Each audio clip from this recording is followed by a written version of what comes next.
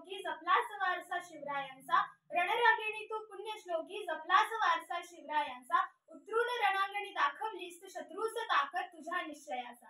न्यायदानाची पुरस्कर्ती तू, राग तुला अन्यायाचा, अहिल्यादेवी तू, अभिमान आम्हाला तुझ्या शौर्याचा, अभिमान आम्हाला तुझ्या शौर्याचा. नमस्कार, माझे नाव नेहा जाधव. मी महाराष्ट्र राज्याच्या रत्नागिरी जिल्ह्यातील डेरवण या गावची रहिवासी असून भारतीय इतिहास प्रबोधिनीतर्फे आयोजित पुण्यश्लोक अहिल्याबाई होळकर यांच्या त्रिशताब्दी जयंती वर्षानिमित्त ऑनलाईन वक्तृत्व स्पर्धेत सहभागी होताना मला विशेष आनंद होत आहे. मी आज लोकमाता अहिल्याबाईंचे जीवन, कार्य, विचार आणि आजची परिस्थिती हा विषय मांडणार आहे. गोरगरीब जनतेस देऊन न्याय, न्यायाची देवता झालीस तू, गोरगरीब जनतेस देऊन न्याय, न्यायाची देवता झालीस तू, स्त्री उद्धाराचा घेऊन ध्यास, स्त्री शक्ती झालीस तू, स्त्री शक्ती झालीस तू. जेव्हा जेव्हा समाजामध्ये अन्याय, अत्याचार, अधर्म वाढतो तेव्हा त्याला संपवणारी शक्ती या जगात जन्म घेते आणि तेच घडलं.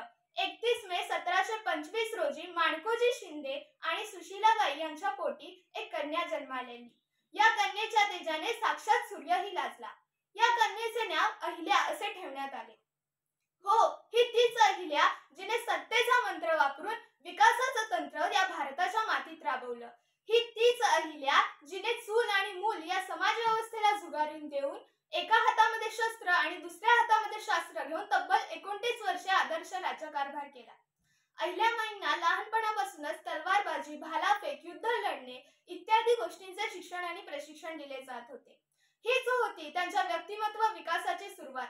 वयाच्या 8व्या वर्षी शूर पराक्रमी सरदार मल्हारराव होळकरांचे पुत्र खंडेरावांशी त्यांचा विवाह झाला. मल्हाररावांच्या आशीर्वादाने आणि मार्गदर्शनाने अहिल्याबाईंची वाटचाल सुरू झाली. खरं सांगायचं तर अहिल्याबाईंच्या जीवनात जर सर्वात जास्त योगदान कुणाचं असेल तर ते त्यांचे सासरे मल्हारराव यांचे. कारण मल्हाररावांनी आपल्या 8 वर्षांच्या सुनेला शिकवलं की युद्ध कसं करायचं. युद्ध रणांगणामध्ये सुरू होतं तेव्हा तोफांचे भयानक आवाज होतात.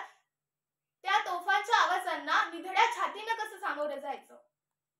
1754 मध्ये कुंभेरीच्या लढाईत खंडेरावांचे निधन झाले. पती मेल्यानंतर स्त्रीनं सती जायची प्रथा त्या काळी होती. परंतु मल्हाररावांच्या सांगण्यावरून अहिल्याबाई सती गेल्या नाहीत, पण त्याचबरोबर सती जाण्याची जी अनिष्ट परंपरा होती ती सुद्धा लाथाडण्याचे काम अहिल्याबाईंनी केले.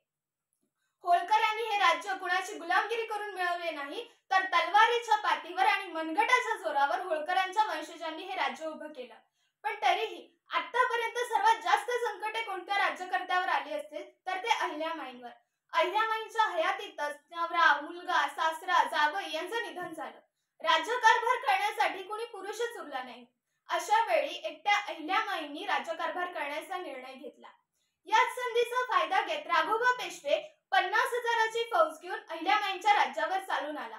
परंतु अहिल्याबाईंची दूरदृष्टी बघा ना, त्यांनी आपल्या राज्यातील महिलांना तलवारबाजी, भालाफेक, युद्ध लढण्यासारख्या गोष्टींचं प्रशिक्षण दिले जात होते आणि त्याचबरोबर अख्ख्या भारतात महिलांची पहिली फौज तयार करणारे सुद्धा अहिल्याबाई होळकरच होत्या. परंतु फक्त तलवार हातात घेऊन चालत नाही, तर सोबत बुद्धी कौशल्यही लागतं. म्हणूनच त्यांनी राघोबा पेशव्यांना पत्र लिहिलं, मी एकटी आहे, अबला आहे असं समजू नकोस. जेव्हा मी हातात तलवार आणि खांद्यावर भाला घेऊन मैदानात उतरेल तेव्हा तुम्हाला खूप जड जाईल. परंतु जर मी हरले तर मला कोणी नावे ठेवणार नाही. परंतु जर तुम्ही हरलात तर तुम्हाला सारे जग नावे ठेवेल की तुम्ही एका महिलेकडून हरलात. राघोबा पेशव्यांनी माघार पत्करली. शत्रूला रणात पराभूत करण्याआधी मनात पराभूत करायचं असतं, कारण मनात पराभूत झालेला शत्रू हा रणात उभा राहूच शकत नाही, हे मानसशास्त्र त्यांना अवगत होतं. अहिल्याबाई एक उत्कृष्ट राज्यकर्त्या आणि आदर्श प्रशासक होत्या.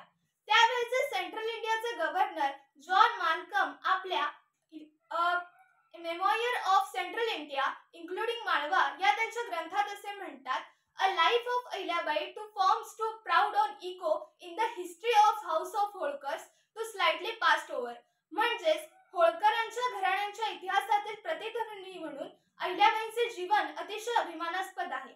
हा इतिहास होता अहिल्याबाईंच्या पराक्रमाचा, हा इतिहास होता अहिल्याबाईंच्या सामाजिक कार्याचा. मित्रांनो, 2 दगडांच्या जात्याच्या पाळूमध्ये त्यावर धान्य टाकून त्यावर वेदनेच्या आणि दुःखाच्या ओव्या घात आयुष्यभर संसाराचं जातं पेलवते ती म्हणजे एक स्त्री. कधी ती इतिहासाच्या पानावरची जिजाऊ सावित्री अहिल्या रमाई म्हणून पाहायला मिळाली, तर कधी कुटुंब व्यवस्थेतील बहीण, पत्नी आणि आई म्हणून पाहायला मिळाली. कधी ती पाणपोया घाटकुंड उभारणारी आदर्श लोकसेवक म्हणून पाहायला मिळाली, तर कधी आजच्या काळातील डॉक्टर, वकील, इंजिनियर म्हणून पाहायला मिळाली. समाज व्यवस्थेत खालच्या थरात गणल्या गेलेल्या वर्गामध्ये जन्म घेऊन सुद्धा आदर्श व तत्वशील राणी म्हणून पाहायला मिळाली, तर कधी आजच्या काळातील ज्ञान विज्ञान अंतराळापर्यंत झेप घेणारी आजच्या काळातील स्त्री म्हणून पाहायला मिळाली. मित्रांनो, तरी सुद्धा देवळात देवी म्हणून, शाळेत सरस्वती म्हणून आणि घरात लक्ष्मी म्हणून पूजली जाणारी ती हुंडा, बळी, अन्याय, अत्याचार, रूढी, परंपरा, ऍसिड अटॅक, बलात्कार यांसारख्या दुष्ट चक्रात सतत भरडली गेली ती सुद्धा एक स्त्री. मित्रांनो, पुण्यश्लोक अहिल्याबाई आणि आजच्या स्त्रिया, तो काळ होता तो भूतकाळ होता, आजचा काळ वर्तमान काळ आहे. मित्रांनो, प्रश्न तेच आहेत. उत्तराच्या दिशेने जाण्यासाठी अहिल्याबाईंचे चरित्र आपण समजून घेतले पाहिजे. स्वतःचे पती खंडेरावांचा मृत्यू झाल्यानंतर सती न जाण्याचा होकार असेल किंवा परधर्मी असणाऱ्या समतींच्या नावानं 2 पळ्या पाणी सोडणं जमत नसेल तर बंद करा तो श्राद्धविधी, असं भटजींना ठणकावून सांगणाऱ्या अहिल्याबाई म्हणजे तुकोबारायांच्या वेदांचा तो अर्थ आम्हासीचा ठावा या विद्रोही बाणाच्या, या कठोर बाणाच्या मला वाटायला लागतात. हा विद्रोही बाणा आजच्या काळातल्या स्त्रियांमध्ये आला पाहिजे.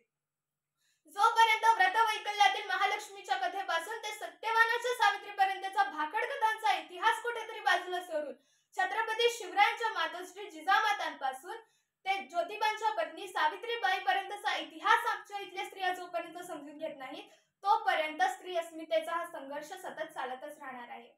मित्रांनो, 2000 स्त्रियांची फौज निर्माण करणाऱ्या अहिल्याबाई स्त्री सबलीकरणाचा एक धडा आहेत. हा धडा आपण घेणं गरजेचं आहे. मुलगा मालेरावाचा मृत्यू झाल्यानंतर अहिल्याबाईंना मूल दत्तक घ्या म्हणून सांगण्यात आलं, परंतु अहिल्याबाईंनी त्यावेळी मात्र नकार दिला.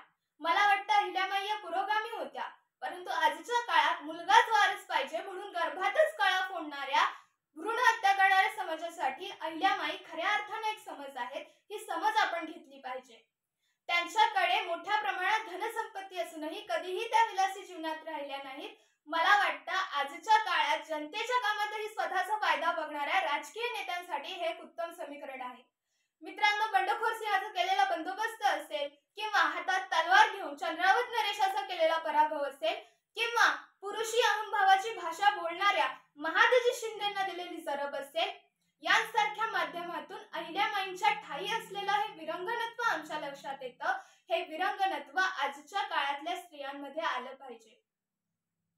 मित्रांनो, अहिल्याबाईंच्या आयुष्याचे अनेक पैलू आहेत, परंतु जाता जाता एवढेच सांगते, अहिल्याबाईंच्या आयुष्यातील एक जरी पैलू स्त्री पुरुष मेंदूच्या पटलावरती पडला तरी सुद्धा स्त्री नाशत्वाच्या कक्षा कमी होऊन स्त्री अस्मितेच्या कक्षा विस्तारल्याशिवाय राहणार नाही.